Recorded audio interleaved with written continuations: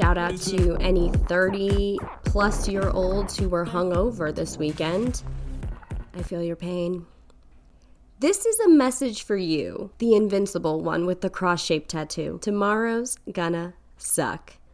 'Cause you are 33. When that hangover hits, it is surely the pits, and you're down for the count, and that's without a doubt. This is a message for you, the babe at the bar with the hottest hairdo. You'll be out on the couch. For this I can vouch, 'cause you drank all the wine thinking you would be fine. Now you can't move your head. Check my pulse. Am I dead? This is a message for you, the one buying shots for all of your crew. You're smelling yourself and depleted your wealth. Your head feels like bricks and your nose needs some Vicks. Your food's on the floor, left your keys in the door. This is a message for you, the life of the party who's ready to screw. You're not in your youth, and this hangover's proof. No one makes it to brunch from the mid-30s bunch. Say a prayer for us all. Though we're mighty, we fall. Yeah, the weekend was fun, but this week will be done. Let me order Chinese and suffer in peace. The good times did roll, but they took their toll. My very last message to you, and all of the over 30 crew, you can still have your fun. Drink your water with rum. Let the party rage on. Don't stay out until dawn. And always have Pedialyte.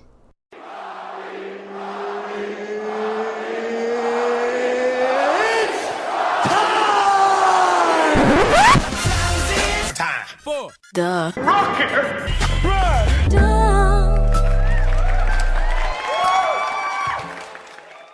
Welcome to the Rocky Rundown, where you get to learn a little bit about my week.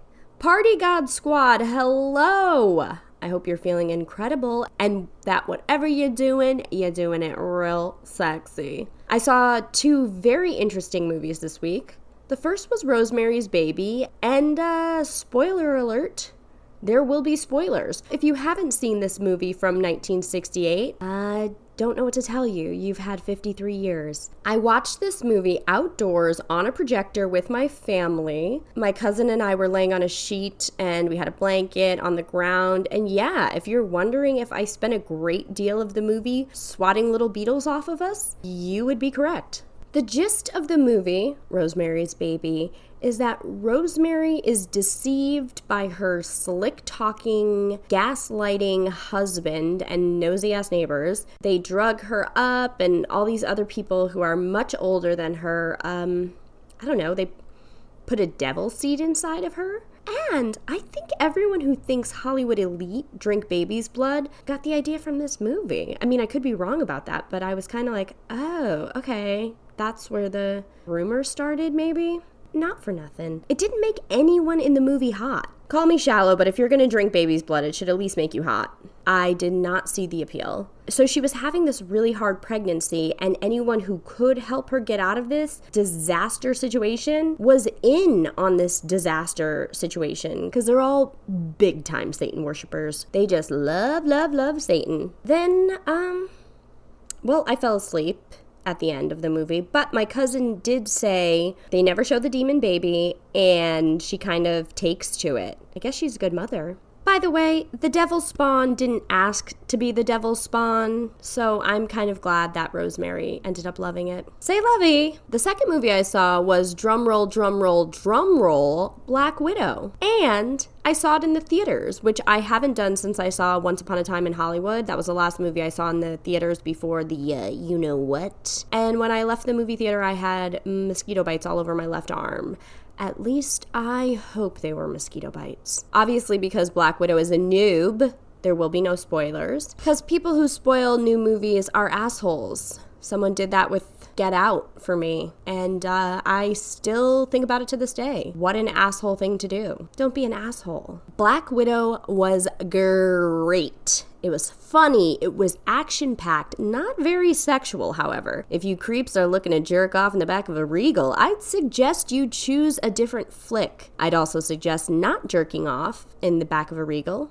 AMCs have bigger seats, baby. Got a little wild this weekend. It's the name of the game and the pod. I went out with the gang on Friday and Saturday. And has this ever happened to you? You see someone you kinda know. You're horny from a year of pandemicking. So you get to chatting with this person and you say to yourself, okay, He's cute, dick outline looking fresh to death. I'd let him hit it. And then he is just boring as fuck. This poor unfortunate soul, I gave him 15 minutes of my life to not be boring and to make me say, okay, maybe.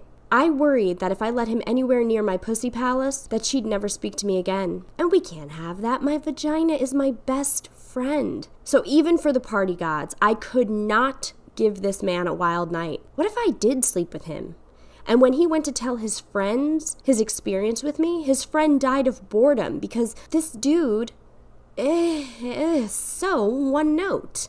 Then that's blood on my hands, and I'm not a killer. He was kind, though, and I'm sure his match is out there. Best of luck, boring dude. You're still really cute. May you find a mate. That brings us to Rocky's highest thoughts, my most stoned thoughts of the week. I have a really big one this week that I thought with my own brain, and I think now you should think about it with your own brain. I think about time travel a lot. What if, when someone is a quote-unquote natural at something, a skill, a sport, anything, they are actually a time traveler. But they don't know that they've come back in time. They just know they're a natural at this thing, and then they have to pursue it. Think about it, time travelers. My second highest thought were umbrellas should work like take a penny, leave a pennies, where you take an umbrella and leave an umbrella. And lastly, I said the sentence, I'm like Keenan and Kel, because I keep you laughing in the afternoon. And I have never been prouder of a sentence. My guest this week is the one and only Liz Culley. Liz is the co-host of the popular podcast Scissoring Isn't a Thing, with fresh new episodes dropping on Fridays, and she delivers a fresh-ass story, party gods. If you haven't done so already, please like, share, and subscribe to the podcast. If you're a true blue member of the Party God Squad, you will rate and review on Apple Podcasts. It does really make a difference, and thank you to those who have done so already. You can find me on TikTok and Instagram at Wild Nights with Rocky, on Twitter at Wild Nights Pod, and if you are listening to this on release day, Monday, July 12th, I want to wish my Kaylee girl a happy birthday. Listen to her podcast, Underrated, the 72nd most popular comedy podcast in Venezuela. Many more, Kaylee. I love you. And without further ado, please enjoy my Wild Nights conversation with Liz Culley. Liz, welcome. Thank you for doing the podcast. Thank you for having me. I've been wanting to do this for so long. I feel like my whole life is one wild night. I know you did. You did say that to me, and when you said that, I was like, oh God, a woman after my own heart. So I know I have chosen right in having you on the show. So that's great. Now, you're right now in California. Is that primarily where you reside? Yep. I live in Los Angeles, right Nice. in the heart, basically West Hollywood. Been here for 10 years, lived in New York for many years. I'm from San Francisco, but I'm definitely like a California kid. Yeah. But people always think I'm from New York, so I don't know.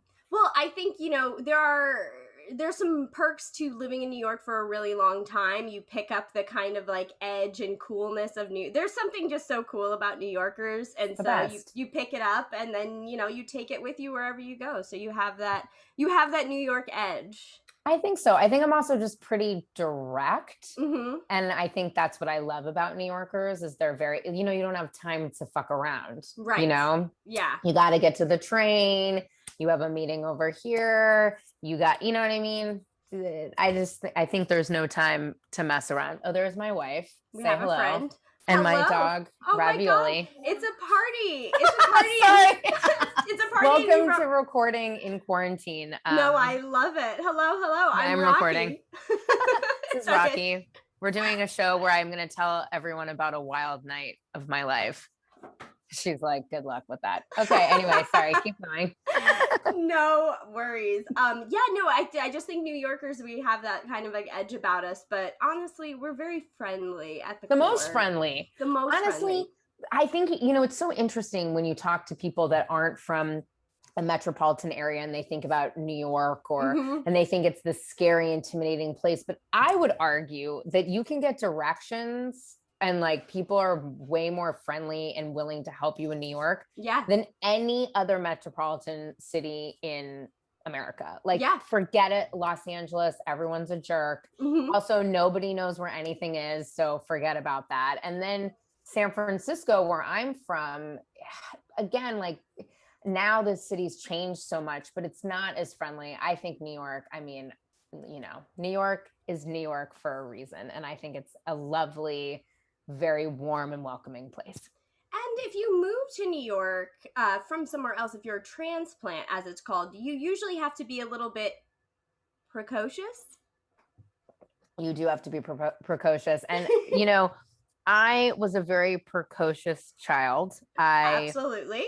You know, when my parents would have dinner parties, I was definitely making myself an attendee as opposed to, you know, going to bed by 10 o'clock or whatever it was. I was in the mix. The guest that has the kid who has like the apple cider in a wine glass.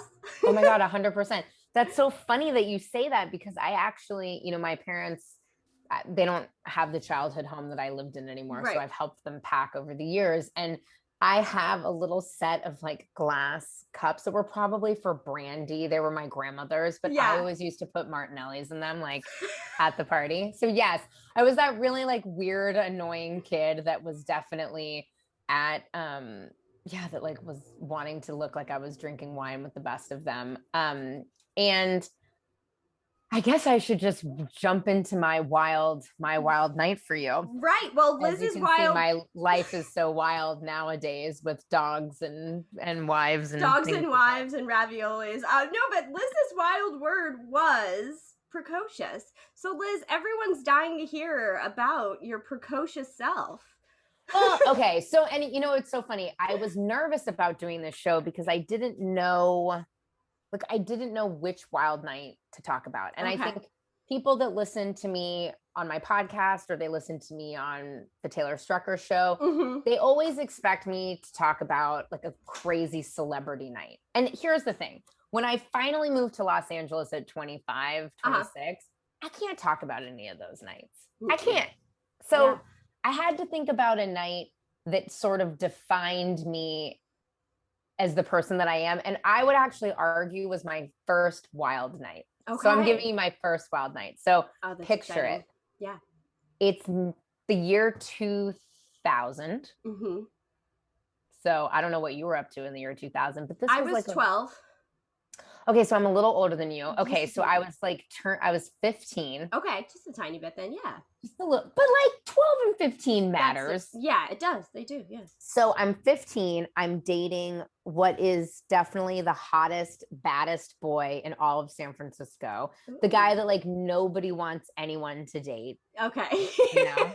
You're like, and I had had this summer, and this is this is dead of summer between freshman and sophomore year of high school for me. Okay. And there was an old music venue in San Francisco called Maritime Hall, and it was the best. It was over by the Bay Bridge Freeway. Like everybody would perform there. It was kind of a medium-sized venue. It was the best, you know? And I was on my way to see Wu-Tang Clan, which I was really excited about. And I was going with my friend Vicky and my friend Lauren. And Vicky was a couple years older than I was. She was like, she like got kicked out of the all-girls school that we were going to. Yes, you know, Vicky. Yes, Vicky just had a baby, which is fucking nuts. But shout out to Vicky. Shout out to Vicky. I'll tell her she's in this. So, and Vicky was great. She like had a Jeep Cherokee. We would drive it all around the city and like smoke weed and cigarettes and like do bad things. And it was the Wu-Tang Clan concert. And I believe she was supposed to go. And somehow, like, you know, when you were younger and you would all be going to events, but people would start to fall off. Again, no one really had cell phones. And that is a clutch, detail of this story, is the no cell phones. Right. San Francisco is also 7 miles by 7 miles. Okay. Is another clutch detail of this. So Maritime Hall, right by the Bay Bridge, kind of near the Embarcadero of San Francisco. Okay. And, you know, we all have our North Face puff jackets on. We're all getting ready to go to this Wu-Tang concert. And Lauren and I obviously don't have cars because we're not of legal age to drive. Right. So we take the bus and we're like, hanging around, and we're hanging out in front of the Shell gas station, which is like right by the venue, and we're trying to get people to buy us cigarettes You're and just alcohol. chilling out there, like just like chilling. Do you know what I mean? Yeah. Got our weed, whatever. Now, my cousin allegedly always told me that he would sell weed to members of the Wu-Tang. Yeah. Back in the day when he lived in Burlington, Vermont, which I never fucking believed. No. until he said that people would call him John Phenom. And if you listen to the Redman Method Man double album, Blackout, I believe it was, around this time, they say in the beginning of one of the songs, Phenom, where are you at? And I was like, is he making that up? Like, who knows? Anyway, so I'm hanging out at the Shell gas station with Lauren. Vicky's somehow disappeared. I don't know where the fuck she is. Right. I know that my boyfriend and his friends are also going to this concert, but don't have tickets. So they're like trying to figure out how they can go. You know, last minute shit. Of course. Yeah. Teenagers are trying to figure it out. Yeah. So I'm in the Shell gas station, you know, just like doing what I do, waiting for someone to arrive. And this tall man walks in and I'm like, hey, can you buy me some cigarettes? And he's like, well, yeah, if you buy me a pack. And I was like, fine, what are you buying? He's like, Newport. I'm like, okay. Which is like basically sucking down like fiber crystals in your throat. For those of you that are listening that have never smoked menthols, I do not recommend it. It's terrible. You feel like you're putting like shards of glass. I grew up around a lot of Newports. Yeah. So you know. Yeah. So this dude's like, yeah, if you let me buy cigarettes and I'll like buy you mine and whatever. And I was like, fuck it. Here. And by the way, back then cigarettes were $5 a pack. Right. And now I guess they're like $20. It's like, I don't know. I haven't smoked cigarettes in a long time. It's outrageous. It's outrageous. Like, I don't smoke them either, but you do see, and you're like, how do you even buy cigarettes? It's too expensive. You have to have like a second job to be a smoker. Yeah. What? Yeah. Wild.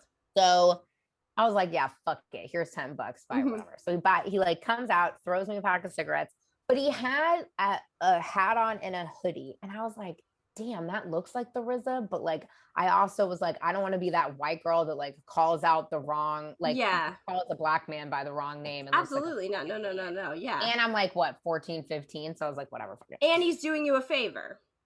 100%. And I'm like, but he had like sunglasses on and like a hat and a hoodie, which would also indicate that he perhaps didn't want to be recognized. Yes. Given that we're across the street from Maritime Hall. But who am I to know? I'm 15. So somehow, and now I'm trying to remember now, I'm actually turning 36 tomorrow. So I know. So, and my brain is slightly mush, but from what I remember, we walked across the street and it was the back door entrance and we were kicking it. And I want to say we entered that way or we went through the front doors and we somehow went through the back side. Again, sorry. And now, taking it back just a step, he got you the cigarettes, no problem, right? He got you your cigarettes. Yeah, and then he dipped and he was like, bye. Gotcha. So now you guys have made your way across the street towards the back entrance. Go to the concert. Yeah. I think let's just say that we went through that doesn't really make sense though. See, this is these wild nights. They get blurry. They sure We go into the concert with our like general admission tickets. And there's a side door and somehow, somewhere we get backstage. And this is where the precociousness comes in. Yes. Because something that has carried me on throughout my life is somehow getting backstage or somehow cutting the line or somehow, and it's really, this is the key to it. You just actually need to not give a singular fuck. No. And you have to just do it with extreme confidence. And this story that I'm telling you will actually ladder into a second story, which is why I chose it. Yes. So I probably was just like, I have weed, let me backstage. Probably is what happened. So we get backstage, Lauren and I. Now, mind you, I don't have a cell phone. I know that my boyfriend and his friends, and he's older than me. I'm 15. He's like 19, of course. Classic. Classic, yeah. Is somewhere in the building, but I'm not sure where, how, whatever. So we get backstage and it's the entire fucking Wu-Tang Clan. Like everyone is back there. There's some girls, whatever, and people are taking pictures. This is so long ago. I pull out a disposable Kodak yellow fucking camera because I always had a camera. I always had a disposable. Always. And then later on in my when I lived in New York and whatever, I had like a little Nikon Pixit or whatever. I always had one somewhere with me, right? Right. So we're taking pictures and I say, and I see who I'm like, wait, fuck, was that the RZA? I think RZA like bought us Newports like 30 minutes ago. I'm like, hey, what's up? You know, we're like these two little white girls. Oh, exactly. I'm back. Like, nice to see you. Ghostface comes up. We're like, what's up, Ghostface? This is fucking wild. And then Method Man is sitting there and on a couch. And I was like, hi, I'm like a big fan. I'm also John Phenom's cousin. Do you want to smoke? He says no. Redman's like, absolutely. Yeah. And then this other little dude comes in and ganks my weed. I pulled out the weed. He grabs it from me. Is like, you know, oh, I'll just roll this up. And I'm like, ugh, like all in this one blurred moment. I'm like, wait, hold on. No. And then I go to Method Man. I'm like, because I had asked him to take a picture. He stands up and I put my arm around him and kind of almost old school selfie style. Go to take the photo. And he's like, pushes me away. And he's like, how old are you? You look young as fuck. Drama happens all around us. My weed is gone. Lauren, who looks even younger than me, is pushed even into another corner. They take my camera. No. Push me to the side. But then everyone's going on stage. So somehow, as if we're like young calves in a fucking cattle prodding, like whatever farm. I'm sorry. Clearly I'm a city kid. We get like corralled on stage. So now all of a sudden my weed is gone. My camera is gone. I don't know where my friend is, but I am presently on stage with Wu-Tang. Wow. And I lock eyes with my boyfriend who sees me have coming out of the backstage with Wu-Tang. Like, what the fuck is she doing back there? Right? Like God knows what girls get up to.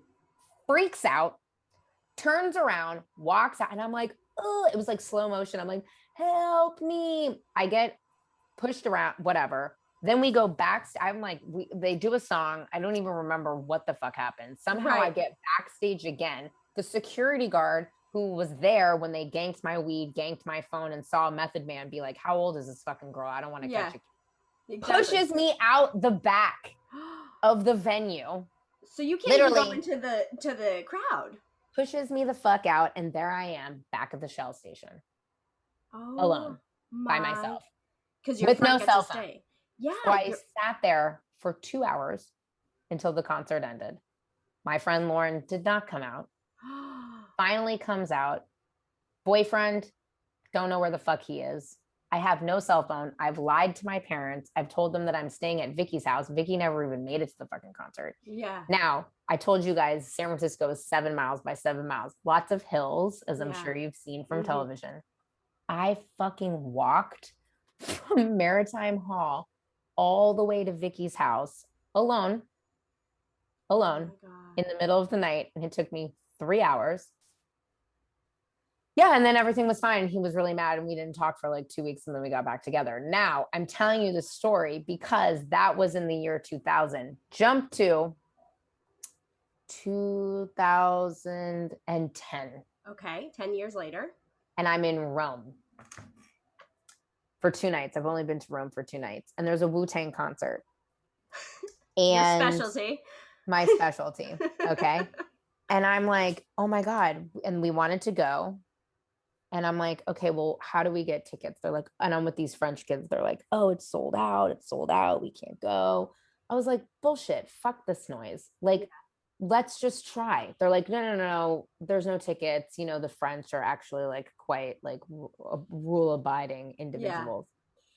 Yeah. And we head to the venue And it was cool. It was like a really cool, like there was a large kind of Coliseum area, but then there was almost like a restaurant right behind it where you could tell everybody was. Yeah.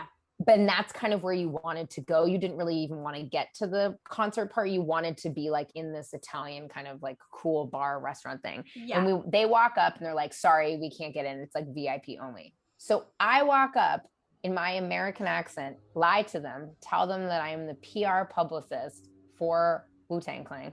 Nice. And get us all in. And I kid you not, I saw Method Man that night. I locked eyes with him, and I'm almost sure he remembered me from 10 years earlier. He probably did not. But that is called being precocious at all ages. Not giving a fuck, getting backstage, trying to smoke weed at 15 years old with Wu-Tang, getting your fucking phone, or rather, excuse me, your camera taken away, and then lying. But because that's the thing. People don't realize is if you just go in with full confidence, oh, I could have told you about a whole nother, I didn't even think about it. I did this with I walked in on Jason Sudeikis' birthday party the exact same way. No way. I lied and said that they left me off the list and they let me in, and I thought I was walking up to a huge party and it was like 15 people. It was mortifying. And I had like crashed. How many years ago? This was like a couple years ago. Oh my God. And you thought it was a big event and it just ended up being like a dinner with his close personal friends. Yeah, which I know a few of them, which made it even worse because they're like, you clearly just like lied your way into this birthday party. Like, what are you doing here? It's actually after the Emmys. It was weird. Anyway, so that's my point. That is, I don't know if this was a very good storytelling hour for you. It was great. First of all, it was great. And I have a lot to say about it. And I have quite a few questions. I think I want to start with, did you say, are you still friends with both Vicky and what was your Lauren? friend? I am not friends with Lauren anymore. We had a falling out in high school. Vicky and I are still close. She just had a boy. Yes. Baby boy. Yeah. That's okay. Fallouts happen. It's part of life. And also you could kind of predict the fallout if she is going to let you get booted out and stay behind. You know what I mean? Right? That's not a ride or die. That's just a ride. It's just a ride. It's just a ride. It's just a ride. And the boyfriend I'm a little upset with, but this is like classic. I mean, I'm not trying to read your ex-boyfriend, but this is like classic narcissistic behavior. He sees his girl on stage having a great time. And even if your face was like, what did he think? Did he think you were back there fucking Method Man? Like, relax, buddy. Why wouldn't you be excited that I was on stage? I got so mad at that part of the story. I know, he sucks. He actually ended up, so we stayed together. I went to boarding school and he got another girl pregnant and broke my heart. Oh my God. My high school boyfriend did that too. That's so funny. Really? Yeah. I went to college and he got someone else pregnant. Isn't that wild? It is wild. It's so, and I was so, looking back on it now at like whatever, 36. Yeah. I was so young and totally, it was just, it rocked me. It broke my heart. I never thought I'd recover. Yeah. He's a fucking idiot though. We're not like close, but we definitely still know each other. And whatever. He also went completely bald. So that's a bummer. Bummer for him.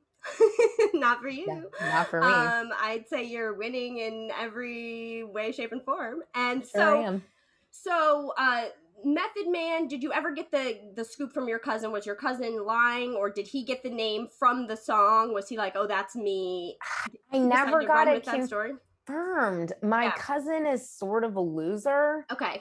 And so we're not really in close contact, but I think it could be true. Yeah. Stranger things have happened. Stranger things have happened. Yeah, I think allegedly he was definitely supplying the Wu-Tang Clan with marijuana. That's amazing.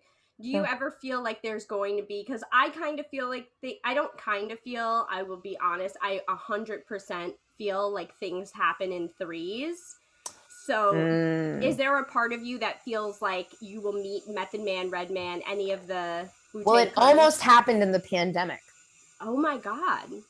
So Redman, Method Man did a versus on 420. And I was actually asked to like somehow be involved in it. But it was like too sketch. It was April. I wasn't ready to fly on a plane. The logistics were off, but like it could have happened again.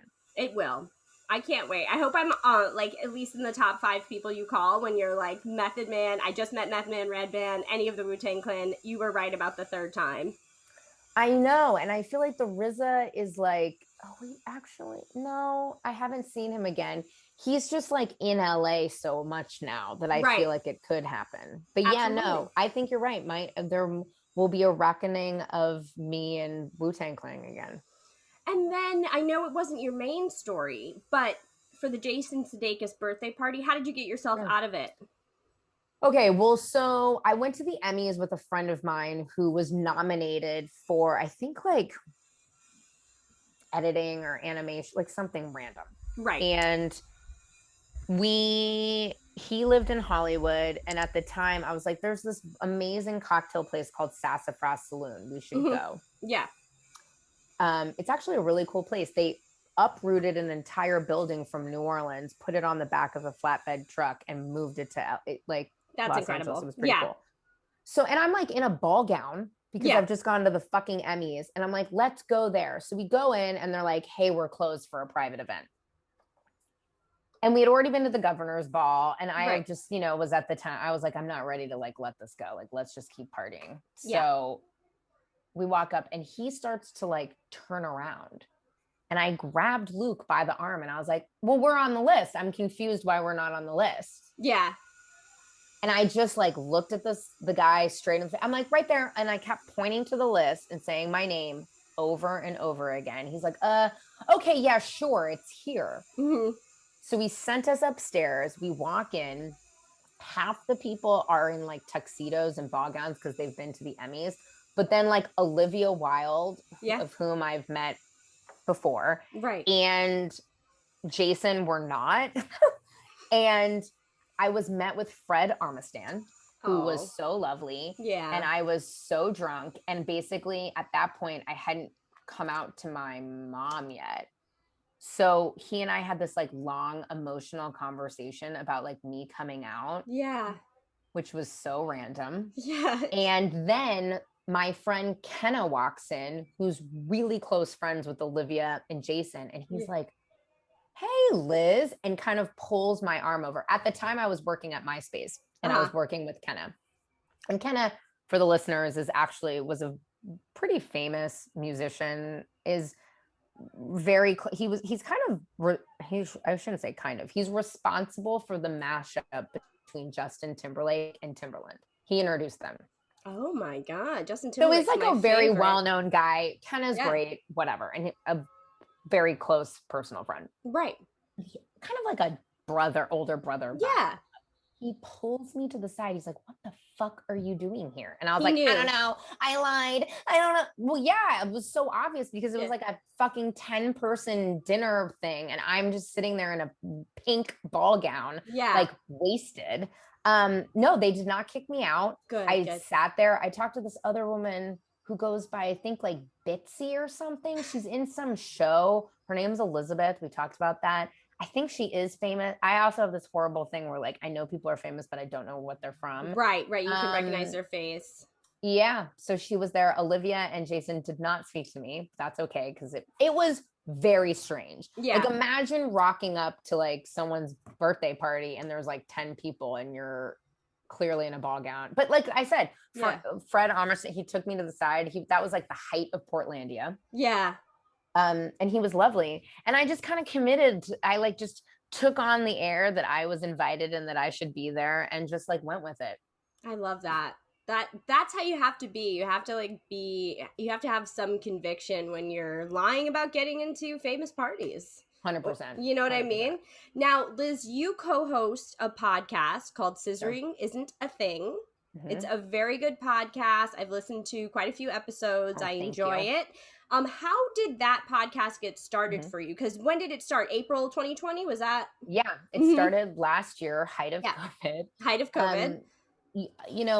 I was introduced to my co-host Darren Karp through our producer and our friend, and Darren has been the longtime kind of infamous assistant to Andy Cohen for over 10 years. And our production company created and produces Watch What Happens Live with Andy. So fun. Lots of mutual people involved. And a friend of ours who I actually spent an hour or two talking to this morning said, I really want you to meet this girl, Darren. We want to do a project with her. We want to do another project with you. We think you'd be great for audio. you guys should have a lunch. I'm like, why? Like, who is this girl? Like, why am Right. I having a fucking lunch with Andy Cohen's assistant? Like, I don't give a shit, right? And this would be right before COVID hit, right? Yeah, this was like right before I got married. I would say this was like September of 2019. Cool. And we met, and I said to my friend, I'm like, are you just introducing us because we're both queer women? And Yeah. straight people don't ever want to admit that that's what they're doing, but it's 100% what was happening. Yeah. And we met, we totally hit it off. However, she grabbed my nails, right? Like literally we met, I like shook her hand and she grabbed my nails and she said, there's no way that you are a queer woman with these nails. Because I love nail art and I always have crazy nails. Yeah. Like, first of all, fuck you.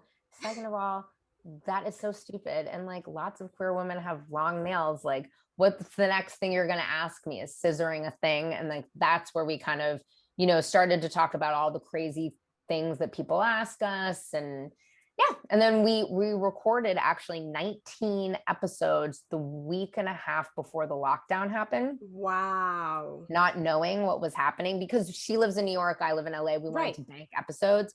And yeah, she flew out of Los Angeles 2 days before we got shut down. Wow. I know. So, and then our relationship really kind of developed on air over the year. And she's in LA now, actually. She just texted me while we've been on this podcast. So we have a very like funny, bickery relationship.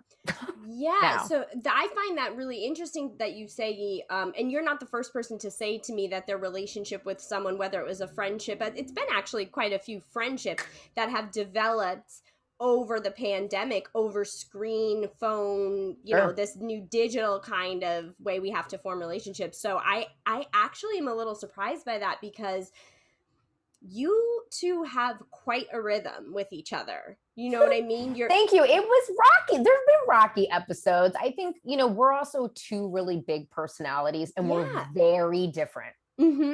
Like Darren is, you know, her dream in life is to be a game show host. She will tell you that.